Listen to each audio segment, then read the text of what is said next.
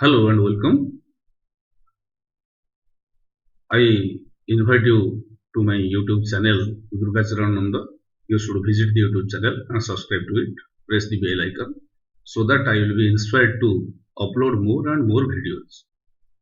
So, friends and students, now I am going to present you a chapter of political science that is of class 10 syllabus. The topic name is federalism. So, federalism is the topic. It is the second topic of the book of political science of class 10. So, let us explore the topic. Now, in this picture, you are just seeing a boy is confused whether he could call the Indian government union, federal or central. He is in a perplexing condition. ये बालक जो है ये सोचता रहता है कि भारत को क्या बुलाए, एक यूनियन बुलाए या फेडरल राष्ट्र संघ बुलाए या केंद्रीभूत राष्ट्र बुलाए। ये विचार में वो डूबा हुआ है। मतलब आप लोगों को मालूम है कि हमारा भारत का जो संविधान का धारा 1 मतलब आर्टिकल 1 में कहा गया है कि India that is Bharat shall be A union of states. Bharat जो कि इंडिया या इंडिया जो कि भारत है वो राज्यों का एक समूह है, यूनियन है। इसीलिए भारत संविधान का धारा 1 में कहीं पर भी पता नहीं चलता कि भारत एक राष्ट्र संघ व्यवस्था है, लेकिन वास्तव में भारत एक राष्ट्र संघ व्यवस्था है या फेडरल कंट्री है। तो कैसे है इसके बारे में चलिए हम डिस्कस करेंगे। ये टॉपिक के बारे में, फेडरलिज्म के बारे में डिस्कस करने से पहले आप लोगों को मैं याद दिला दूं कि बेल्जियम और श्रीलंका के बारे में हम चर्चा किए थे। Regarding Belgium and Sri Lanka, we discussed in chapter number 1, that is power sharing. In power sharing, we came to know that Belgium by 1993 shifted from a unitary structure to a federal form of government. Why? Now, in order to share power and in order to bring peace, sustainability and development of that country. Otherwise, the country might have been fragmented. But Sri Lanka, for all the purposes, continued to be a unitary system where the national government has all the powers. केंद्र सरकार के पास बहुत सारे क्षमताएं था। इसीलिए Tamil leader जो थे वो चाहते थे कि श्रीलंका में फेडरल सिस्टम बरकरार रहे या फेडरल सिस्टम को लागू किया जाए, लेकिन श्रीलंका में कभी भी फेडरल सिस्टम लागू नहीं हुआ। इसीलिए जो केंद्रीभूत सरकार था और केंद्र सरकार के पास सब कुछ क्षमताएं जो है वो भरपूर था, उन्होंने कभी भी फेडरल व्यवस्था को कायम नहीं किया। तमिल लीडर जो थे वो श्रीलंका में फेडरल सिस्टम को कायम करने के लिए बार बार दावा किया, लेकिन उनका दावा पूर्ण नहीं हुआ। अब तक भी श्रीलंका में वैसा ही यूनिटरी सिस्टम चलता रहता है। तो फेडरलिज्म का डेफिनेशन हम ऑक्सफोर्ड एडवांस लर्नर डिक्शनरी में देखते हैं। ये कहता है कि a country consisting of a group of individual states that have control over their own affairs but are controlled by central government for national decisions. That means कुछ individual जो राज्य समूह है वो इकट्ठे होते हैं, अपना अपना काम तो करते हैं, लेकिन एक केंद्र सरकार के नियंत्रण में रहते हैं ताकि उनका सेफ्टी या मतलब उनका सुरक्षा बरकरार रहे। मतलब बहुत सारे राज्य होते हैं वो इकट्ठे होते हैं, लेकिन उनका जो कुल मामला जो है सुरक्षा का मामला है वो एक केंद्र सरकार के पास रहता है, बाकी सब राज्य सरकार अपना अपना काम करते हैं। अगर हम इंसाइक्लोपीडिया ब्रिटानिका को देखें उसमें कहा गया है political system, federalism is a political system that binds a group of states into a larger non-centralized superior state while allowing them to maintain their own political identities. मतलब कहने का मतलब है कि राज्यों का एक समूह मिलकर एक बड़ा केंद्रीभूत ना होकर एक बड़ा सा राष्ट्र बनाते हैं और बनाने के बावजूद भी वो अपने अपने जो अस्तित्व है उसे खो नहीं देते हैं, मतलब वो बरकरार रखते हैं। इसमें क्या चीज होता है, इसमें भी क्लियरली लिखा गया है, एक लिखित संविधान होता है जो कि सत्ता का या क्षमता का आवंटन ठीक तरह से होता है, और पावर जो है वो विभिन्न राज्यों के बीच बांटा जाता है। राज्य अपने आप में स्वतंत्र है, लेकिन अपने अपने सुरक्षा के कारण वो एक केंद्र सरकार बना के उससे कुछ सत्ता सौंपते हैं ताकि वो सरकार उनको ठीक तरह से चलाए, उनका सिक्योरिटी सेफ्टी ठीक रहे और आंतरिक मामला में वो अपना अपना निर्णय स्वतंत्र रूप से ले सके।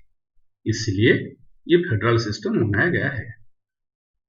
हमारा किताबी डेफिनेशन जो है, it is A system of a government in which power is divided between A central authority and various constituent units of a country. That means ये सरकार का एक प्रकार है, एक सिस्टम है जहां पर केंद्र सरकार तथा राज्य सरकार के बीच सत्ता का आवंटन होता है, पावर इज डिवाइडेड। इसे ये भी हम कह सकते हैं कि ये एक इंद्रधनु जैसा है जहां पर राज्य सब अलग अलग रंग है, लेकिन वो मिलके एक अच्छा सा पैटर्न बनाते हैं, सुंदर सा पैटर्न बनाते हैं। Federalism like a rainbow where each colour is separate. हर कलर अलग अलग होता है, हर राज्य अलग अलग होते हैं, खान पान धर्म जाति और क्षेत्रीय विविधताएं हैं, फिर भी वो एक दूसरे से मिलके रहते हैं और मिलके रहने से ही उनका यूनिटी दिखता है, unity in diversity. Federalism has to continuously maintain a difficult balance between the center and the states. केंद्र और राज्य के बीच समन्वय रखा जाता है, ये बैलेंस बहुत जरूरी है। अगर नहीं है तो कभी भी राष्ट्र संघ व्यवस्था सफल नहीं हो सकता है। आप लोगों को ये मैप से मालूम होगा, आज दुनिया के 192 राज्यों में से मात्र 25 राज्यों में, 25 देशों में आप देखेंगे राष्ट्र संघ व्यवस्था, बाकी सब राज्यों में यूनिटरी व्यवस्था चलता रहता है। कुल विश्व का जनसंख्या का मात्र 40% ये फेडरलिज्म के अंतर्गत या राष्ट्र संघ व्यवस्था के अंतर्गत रहते हैं, बाकी 60% लोग जो है वो यूनिटरी सिस्टम के अंतर्गत रहते हैं, जैसा कि Canada, United states of America, Brazil, Argentina and Russia, Australia, south Africa, Nigeria, Ethiopia, Switzerland, Spain, Belgium, Germany, Austria और रूसिया, इंडिया, ये सब रहते हैं फेडरलिज्म के अंतर्गत या राष्ट्र संघ व्यवस्था के अंतर्गत। बाकी सब यूनिटरी सिस्टम के अंतर्गत रहते हैं। ये फेडरलिज्म में लेवल्स ऑफ गवर्नमेंट होता है, किसके लिए ना, government for the entire country, पूरे राष्ट्र के लिए, पूरे देश के लिए एक सरकार होता है, और प्रांतों के लिए या राज्यों के लिए भी एक सरकार की व्यवस्था है। और दोनों जो होते हैं केंद्र तथा राज्य सरकार, वो अपने अपने क्षेत्र पर क्षमता या सत्ता प्राप्त करते हैं। State government has power of its own and not answerable to the centre. That means ये राष्ट्र संघ व्यवस्था में राज्य सरकार केंद्र के प्रति अपना जो सत्ता या क्षमता का उपयोग करते हैं, इसके लिए उत्तरदायी नहीं होते हैं, मतलब इंडिपेंडेंट स्टेट्स होते हैं, लेकिन कुछ क्षमता वो केंद्र सरकार को देते हैं ताकि उनका सत्ता ठीक तरह से चल सके। इसका एक प्रमुख उदाहरण है यूनाइटेड स्टेट्स ऑफ अमेरिका, संयुक्त राज्य अमेरिका, जहां पर यह व्यवस्था चलता है, राष्ट्र संघ व्यवस्था। इसको एक ट्रू फेडरेशन हम कह सकते हैं। वास्तविक तौर पर अगर हम देखें तो यूएसए, संयुक्त राज्य अमेरिका, एक सच्चा राष्ट्र संघ व्यवस्था है। लेकिन इसके विपरीत में जो यूनिटरी गवर्नमेंट होता है, उसमें मात्र एक स्तर की सरकार होती है, मतलब one level of government is there only, and the sub units, मतलब केंद्र सरकार के अधीन में जो यूनिट्स, इकाइयां बनाए जाते हैं, वो सब केंद्र सरकार का अधीन में रहते हैं। केंद्र सरकार उन्हें निर्देश देता है, centre can pass order to the local government. ये व्यवस्था संयुक्त राज्य, मतलब युक्त राज्य, जिसको हम इंग्लैंड के नाम से जानते हैं, वहां पर यह व्यवस्था है। सो England is a true unitary country, whereas the United States of America is a true federation. लेकिन अगर हम देखें फेडरल एंड यूनिटरी फीचर्स, इसका कुछ कॉन्ट्राडिक्शंस है। In India many of the political philosophers opined that India is not a true federation, rather it is a quasi federation. Bharat एक सच्चा राष्ट्र संघ व्यवस्था नहीं है, वो एक केंद्रीकरण की राष्ट्र है, मतलब एक यूनिटरी स्टेट है। भारत में फेडरल फीचर्स ये जो 3 है देखे जाते हैं और 8 यूनिटरी फीचर्स है। फेडरल फीचर क्या है कि सुप्रीमेसी ऑफ द कॉन्स्टिट्यूशन, संविधान जो है सर्वोपरि है। Division of power between the union, central government and state government, and existence of independent judiciary, निष्पक्ष तथा स्वतंत्र न्यायपालिका होता है। भारत संविधान के अंतर्गत एक प्रावधान है कि निष्पक्ष न्यायपालिका यहाँ पर रहता है, तो इसीलिए भारत एक फेडरल कंट्री है।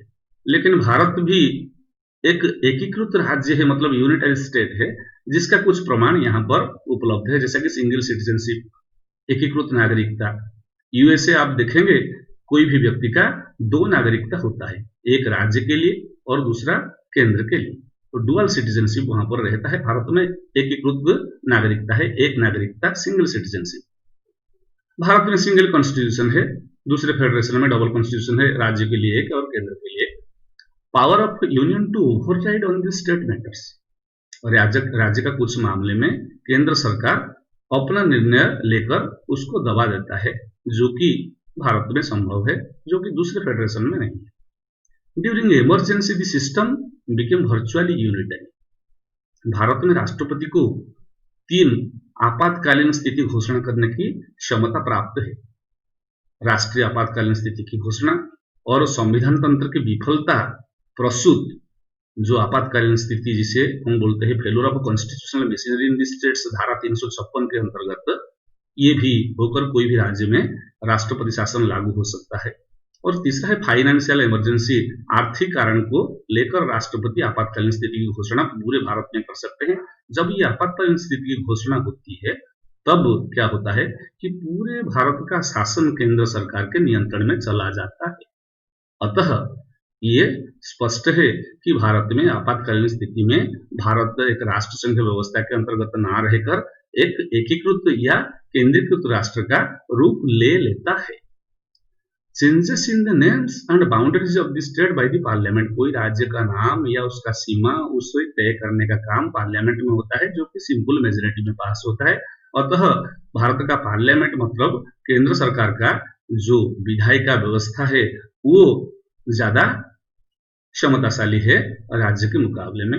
और हमारा इंटीग्रेटेड जुडिशियल सिस्टम है, निचला कोर्ट से लेकर सुप्रीम कोर्ट तक ये एक सीढ़ी जैसा रहता है, एक स्केलर सिस्टम है। अतः हम कह सकते हैं कि भारत में एकीकृत व्यवस्था है। सेंटर अपॉइंट्स द गवर्नर्स, हर राज्य में गवर्नर या राज्यपाल होते हैं जो कि केंद्र का प्रतिनिधि होते हैं, जो केंद्र का स्वार्थ का या हित का रक्षा करने के लिए कार्य करते हैं और राज्य के बारे में हर 15 दिन में एक गुप्त रिपोर्ट केंद्र सरकार के पास भेजते हैं। अतः ये स्पष्ट होता है कि जो गवर्नर है वो सेंटर का रिप्रेजेंटेटिव है। अतः जो राष्ट्र संघ व्यवस्था इसके द्वारा थोड़ा दुर्बल होता है, राजनीतिक विशेषज्ञ ये बोलते हैं। Dependence of states on the centre for economic assistance and grants, Bharat की ये जो टैक्सेशन व्यवस्था में केंद्र सरकार के पास ज्यादा टैक्स कलेक्शन करने का पावर है। अतः केंद्र सरकार राज्यों को अपना आर्थिक अनुदान या टैक्स से हिस्सा देता है, इसके द्वारा केंद्र सरकार राज्य सरकार को नियंत्रित करता है। तो भारत में ज्यादा ये यूनिटरी फीचर से है, फेडरल फीचर कम है, लेकिन इसका कारण भी है। कारण यह है कि आप लोगों को मालूम है 1947 में जब देश आजादी प्राप्त की तब भारत का विभाजन हुआ, भारत और पाकिस्तान। तो हमारा संविधान बनाने वाले जो प्रतिनिधियां थे वो सोचते रहे कि अगर भारत में राज्यों को अधिक क्षमता दे दिया जाए तो फिसीपरस टेंडेंसी या विभागीकृत होने के लिए जो इच्छा है उनको, अगर कभी वो चाहते हैं राज्य, वो केंद्र से अलग हो सकते हैं। इसीलिए केंद्र सरकार को मजबूत बनाया गया ताकि कोई भी राज्य केंद्र से चाहकर भी अलग नहीं हो पाएंगे। अतः भारत में इस प्रकार व्यवस्था बनाया गया, लेकिन शासन की अच्छाई के लिए फेडरल व्यवस्था को कायम किया गया। तो भारत में फेडरलिज्म का फीचर्स क्या है? What are the features of federalism in India? It may have 2 levels of government. or more levels of government, more than 2 levels of government, not single level of government or not only the central government. Bharat में आप लोगों को मालूम है केंद्र के लिए केंद्र सरकार और राज्य के लिए राज्य सरकार भी है. सेकेंड पॉइंट है each level has its own power और जुरिस्डिक्शन. हर जो स्तर होता है सरकार के जो पायदान होता है जैसा कि राज्य के पायदान और केंद्र का पायदान वो अपने अपने क्षेत्र पर अपना सत्ता का उपयोग करते हैं. They exercise their power. Jurisdiction is specified by the constitution and there is a constitutional guarantee of authority. कौन सा स्तर मतलब राज्य क्या करेगा, केंद्र क्या करेगा, केंद्र कौन से मामले में शक्तिशाली है, राज्य कौन से मामले में अपना निर्णय ले सकता है, ये क्लियरली संविधान में ब्लैक एंड व्हाइट में लिखा गया है. और संविधान भारत में सर्वोपरि है. All the institutions of India they are deriving power from the constitution. So the constitution is the ultimate and sovereign authority from which all the institutions are deriving their power. Next है constitutional provisions can be changed only with the consent of both levels of government. अगर संविधान में कोई भी संशोधन की आवश्यकता है जो कि राष्ट्र संघ व्यवस्था के अंतर्गत आता है उसे परिवर्तन करने के लिए सरकार के जो दो पायदान है, जो दो स्तर है, राज्य के स्तर और केंद्र के स्तर, दोनों मिलकर इससे परिवर्तन कर पाएंगे. इसमें कहा गया है कि the must cumbersome provisions of the constitution are the federal features. इसको संशोधन करने के लिए 2/3 बहुमत पार्लियामेंट में जरूरी है और राज्य जितने राज्य है उनमें से आधे से ज्यादा राज्य अगर ये व्यवस्था को राजी हो, ये व्यवस्था परिवर्तन करने के लिए राजी हो, संविधान संशोधन के लिए राजी हो जाए तो संविधान संशोधन हो सकता है, अन्यथा नहीं. Courts interpret the constitution and powers of different levels of government. Supreme Court is the umpire if disputes arise with different levels of government. जो हमारा कोर्ट व्यवस्था होता है ये क्या करता है कि केंद्र तथा राज्य का दोनों का मामला को वो विचार कर सकता है और सुप्रीम कोर्ट का जो निर्णय होता है, जो वर्डिक्ट होता है, उसे केंद्र और राज्य मानने के लिए बाध्य है क्योंकि हमारा निष्पक्ष और स्वतंत्र न्यायपालिका होता है. अतः ये फेडरल व्यवस्था के अंतर्गत सुप्रीम कोर्ट को संविधान का रखवाला बनाया गया है. Supreme Court is the ultimate authority to interpret the constitution. So Supreme Court का जो दिशा निर्देश है कोई भी मामला में जो उनका निर्णय है उसे मानने के लिए केंद्र तथा राज्य सरकार बाध्य है. The sources of revenue are clearly specified to ensure its financial autonomy. That means केंद्र तथा राज्य अपने अपने स्तर पर जो कर है उसका कलेक्शन करते हैं. ये कर कलेक्शन होने से, टैक्स कलेक्शन होने से ये आपस में बांटते हैं. कोई भी राज्य क्या पाएगा टैक्स का हिस्सा ये भी संविधान में हमारा तय है. सोर्सेस ऑफ रेवेन्यू कहाँ से आएगा, कैसे डिस्ट्रीब्यूट होगा. अतः भारत एक फेडरेशन है. फेडरल फीचर्स के अंतर्गत ये खरा उतरता है. ये फेडरलिज्म का मतलब क्या है, क्या उद्देश्य है, भारत में फेडरलिज्म लाने का क्या उद्देश्य है? उद्देश्य ये है to safeguard promote the unity of the country. आप लोगों को मालूम है भारत में बहुत सारे डाइवर्सिटीज है, रीजनल डाइवर्सिटीज है. कैसे डाइवर्सिटीज है? क्षेत्रीय विविधताएं है, लोगों के खान पान अलग है, भाषा अलग है और त्योहार अलग है, कल्चरल एस्पेक्ट अलग है. ये सब अलग होने के बावजूद ये अलग अलग रंगों के हैं. They are of different hues and colours. In order to bring all these hues and colours to make a rainbow, federalism की जरूरत है. मतलब ये सारे रंगों को इकट्ठा करके एक इंद्रधनुष का पैटर्न बनाने के लिए ये जरूरी है. इसीलिए कंट्री का सेफ्टी के लिए, डेवलपमेंट के लिए और रीजनल डाइवर्सिटी को अकोमोडेट करने के लिए, क्षेत्रीय विविधता को अपने आप में समाने और भारत की प्रगति करने के लिए फेडरलिज्म बहुत जरूरी है. Two crucial aspects of an ideal federation और ideal federalism. Governments at different level should agree to some rules of power share. ये फेडरलिज्म में पावर शेयरिंग का एक प्रॉपर अरेंजमेंट होना चाहिए. Trust and agreement to live together must be there. Federalism में जो राज्य सरकार होते हैं वो केंद्र के प्रति विश्वास करना चाहिए और केंद्र राज्यों के प्रति भी अपना विश्वास को व्यक्त करना चाहिए। ये दोनों के बीच ट्रस्ट और एग्रीमेंट होने से ये सही ढंग में काम करेंगे।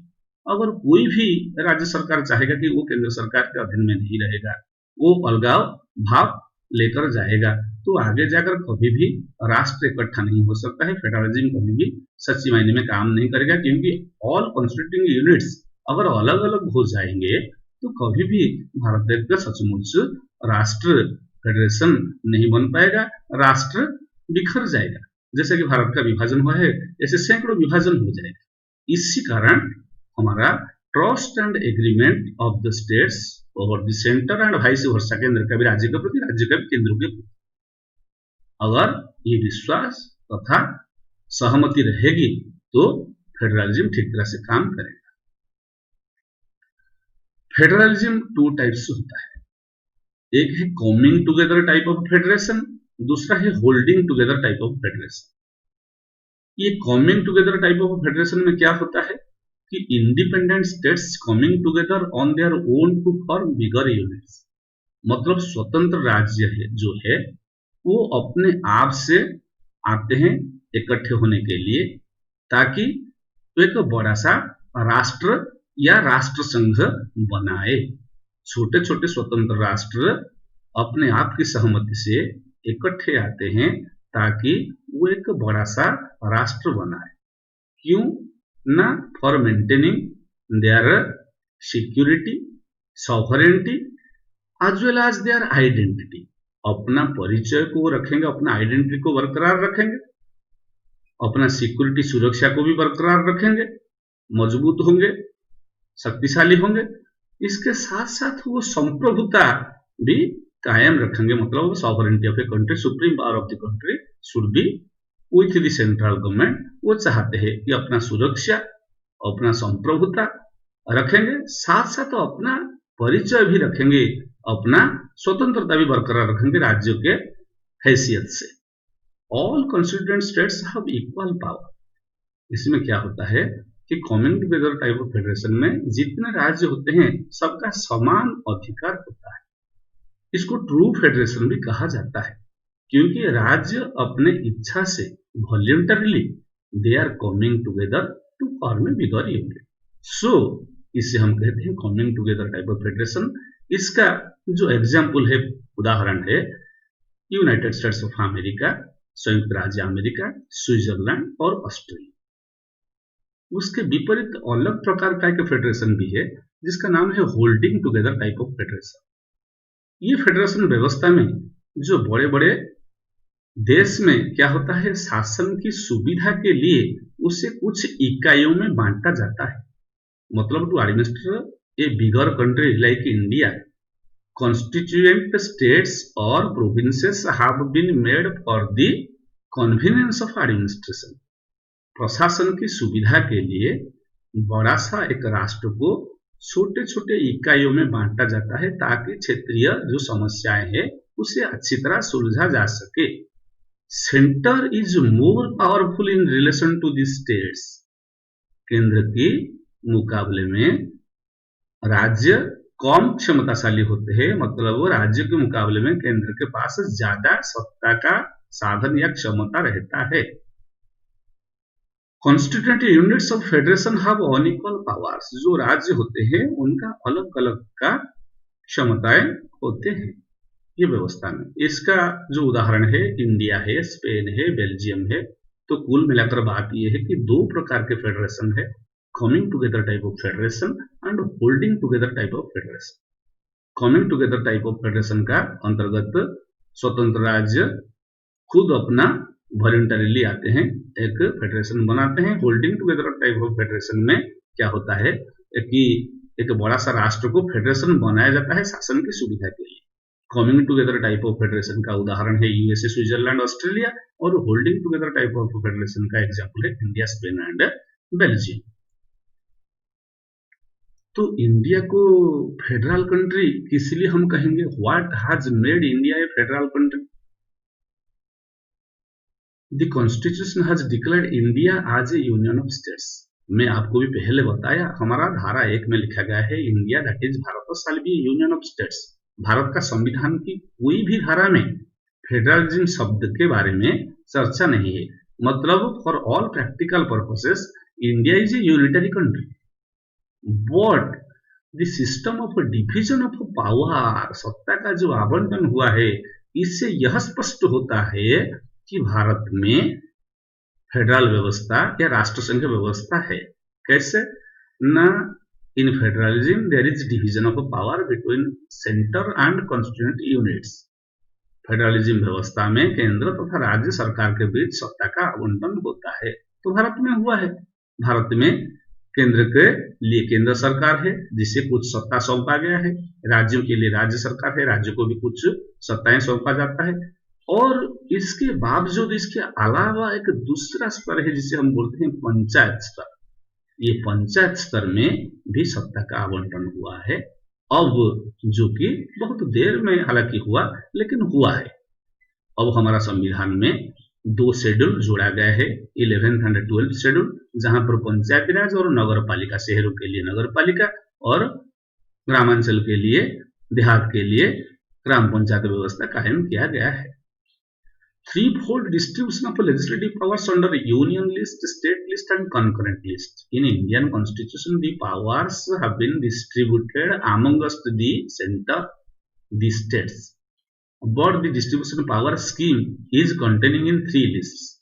One is union list, another is the state list, and third is the concurrent list. What is there? Now, in the union list, the areas have been mentioned where the union government or central government could make law and take decision. केंद्र का एक जो सूची होता है, केंद्रीय सूची में जो जो विषय है, इस विषय में केंद्र सरकार कानून बना सकता है। राज्य का जो विषय है, राज्य सरकार कानून बना सकता है, इसे कहते हैं स्टेट लिस्ट। और एक है कॉन्करेंट लिस्ट, जिसे हिंदी में समवर्ती सूची कहते हैं। समवर्ती सूची में केंद्र तथा राज्य सरकार कानून बना सकते हैं, लेकिन यह प्रावधान है संविधान में कि अगर केंद्र तथा राज्य के बीच कोई विवाद हो, तब केंद्र का कानून जो है राज्य सरकार के कानून के ऊपर ओवरराइड करेगा। मतलब केंद्र का कानून बरकरार रहेगा, राज्य का कानून को कुचल दिया जाएगा, मतलब उसका कोई मूल्य नहीं। तो नेक्स्ट आते हैं, all states in the Indian union do not have identical powers. Bharat में जो राज्य है, सब राज्यों का अलग अलग क्षमताएं हैं, ऐसा बताया जाता है। इसके अलावा एक कुछ यूनियन टेरिटरीज है, जिसे केंद्र शासित क्षेत्र बोलते हैं, वहां पर केंद्र सरकार ही निर्णय लेता है। Changes in power sharing has to be passed by 2/3 majority in the parliament. हमारे पार्लियामेंट में कोई भी अगर सत्ता का आवंटन हो तो 2/3 बहुमत से ये होता है, और साथ साथ आधे से ज्यादा राज्यों का उसमें सहमति होने से ये परिवर्तन हो सकता है। अगर केंद्र तथा राज्य के बीच कोई भी तनाव हो, विवाद हो, इसे सुलझाने के लिए सुप्रीम कोर्ट निर्णय लेता है। In case of any disputes regarding the division of power, the Supreme Court is empowered to take decision. इसलिए वो एक स्वतंत्र तथा निष्पक्ष न्यायपालिका होता है। तो हमारा जो 3 लिस्ट है, आइए देखें इसमें क्या क्या विषय है जो कि यूनियन लिस्ट, स्टेट लिस्ट और कॉन्करेंट लिस्ट के अंतर्गत है। यूनियन लिस्ट में नेशनल इंपोर्टेंस जो है, राष्ट्रीय गुरुत्व वाले जो विषय है, ये रखा गया है। राज्य में लोकल इंपोर्टेंस का चीज रखा गया है, और कॉन्करेंट लिस्ट में मिलकर रखा गया है। यूनियन लिस्ट में union can alone make laws. इसमें defence, banking, currency, foreign affairs, communication, राष्ट्र की सुरक्षा जो है, बैंकिंग व्यवस्था है, मुद्रा और विदेश नीति तथा जो संचार व्यवस्था है, ये सब रहे हैं। और स्टेट लिस्ट में लोकल और स्टेट इंपोर्टेंस का जो विषय है वो रहे हैं। स्टेट गवर्नमेंट इसमें कानून बना सकता है। इसमें पुलिस है, व्यापार है, और कृषि है, और सिंचाई है, irrigation, agriculture, commerce, trade, police, ये सब स्टेट लिस्ट के अंतर्गत है। नेक्स्ट आता है कॉन्करेंट। इसमें both centre and state can make law, frame laws, but a condition is there that whenever there is disputes between the state law and the union law, the central law और the union law prevails over the state law. इसमें क्या क्या विषय है? Education है, forest है, trade union है, marriage है, अडॉप्शन है, सक्सेशन है। हम अभी चर्चा करेंगे थोड़ा व्यापक में क्या क्या यूनियन लिस्ट में है। यूनियन लिस्ट में defence, atomic energy, foreign affairs, युद्ध तथा शांति, वार एंड पीस, बैंकिंग व्यवस्था, railway, post and telegraph, Airways, ports जो बंदरगाह है, फॉरेन ट्रेड विदेश व्यापार, करेंसी एंड कॉइनेज हमारा जो मुद्रा और जो नोट है। यूनियन लेजिस्लेचर इसमें कानून। राज्य सरकार की जो सूची है उसमें agriculture, police, prison, local government, public health, land, liquor, trade and commerce, life stock and animal husbandry, state public service, ये सब आते हैं। कॉन्करेंट या समवर्ती सूची के अंतर्गत आते हैं education, transfer of property other than agricultural land, forest, trade union, adulteration, adoption and succession, economic and social planning, ये सब आते हैं कॉन्करेंट लिस्ट के अंतर्गत। तो इंडिया में पावर शेयरिंग कैसे प्रैक्टिस होता है? First by creating linguistic states which has made administration easier. New states have been created since 1947। तो राज्यों का जो बनाया जाना ये भाषा के आधार पर भारत में होता है। लैंग्वेज के आधार पर जो राज्य बनाया गया है उसका पहला एग्जाम्पल है उड़ीसा, जो कि बिफोर इंडिपेंडेंस बनाया गया था during 1936। So first linguistic state was Orissa which was made during the British rain in 1936, and after 1947 the demand for creating linguistic states was heard and expressed in different fields. Ultimately, the first state which came into being on the basis of language after independence was Andhra Pradesh, which came into existence on 1st October 1953. That too after a long struggle and fast unto death by a noted Gandhian Potti Sriram. स्वतंत्रता के पश्चात potty Sriramulu जो कि एक Gandhian थे, वो तेलुगु भाषाई क्षेत्र में एक स्वतंत्र राज्य आंध्र प्रदेश बनाने को दाबी को लेकर भूख हड़ताल किया और 58 दिन हड़ताल करने के बाद उनका निधन हो गया 1952 में। तो सरकार ने इसके बारे में देखरेख की और अंततः 1953 अक्टूबर 1 में स्वतंत्र आंध्र प्रदेश राज्य बनाया गया। मद्रास स्टेट से निकाल के एक स्वतंत्र आंध्र प्रदेश राज्य बनाया गया। नेक्स्ट पॉइंट आता है no language has been given the status of national language by the constitution.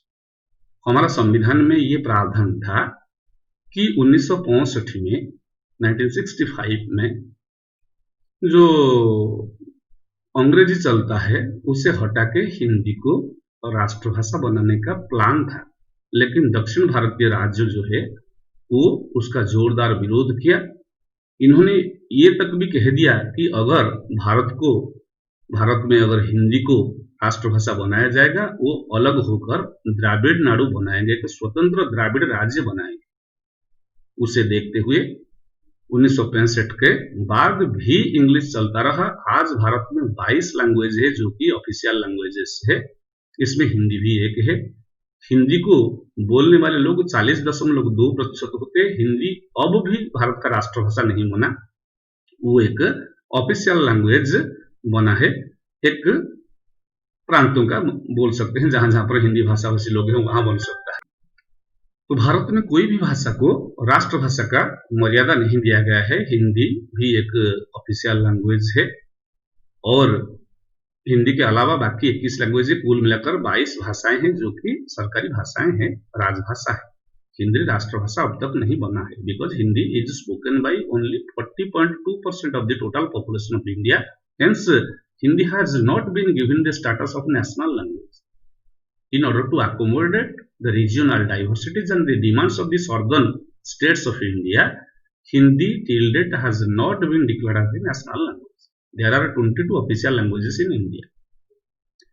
The third point is the restructuring of power sharing between center and state. Rise of regional political parties and coalition government has led to a new culture of power sharing. आज केंद्र तथा राज्य के बीच जो सत्ता का बंटन है ये सही मायने में चल रहा है। पावर शेयरिंग जो है ये सत्ता के साझेदारी ठीक तरह से चल रहा है। कारण अभी केंद्र में जो सरकार है वो मिलीजुली सरकार चलता है, कोalition गवर्नमेंट चलता है। Different political parties they are coming up together to make the national government. So the coalition government helps in the spreading of a true federal structure of India. तो भारत में सत्ता की साझेदारी का एक नया कल्चर शुरू हुआ है। और three fold distribution of legislative power, the power, especially the legislative power, has been distributed between the three levels. That means the central level, the state level, and third is the local level. ये local level हमारा संविधान के 73 और 74 संशोधन के बाद हुआ है। 73rd and 74th constitutional amendment. Local self-government has been created as another tier. It is the three-tier structure: central structure, state structure, and the local structure. So, India is practicing power sharing and true federalism, though India for all practical purposes as per the Constitution of India is a unitary state, still it is practicing. So, the detail of power sharing as well as federalism I shall discuss in the next video. So, till then, goodbye, and again I appeal you to visit my YouTube channel Durgacharan Nanda, and you should watch out the videos which have been posted by me, and you should share your valuable comments in YouTube and Facebook also, so that I could be inspired to upload more and more videos. Till then, goodbye, have a great day. Thank you very much.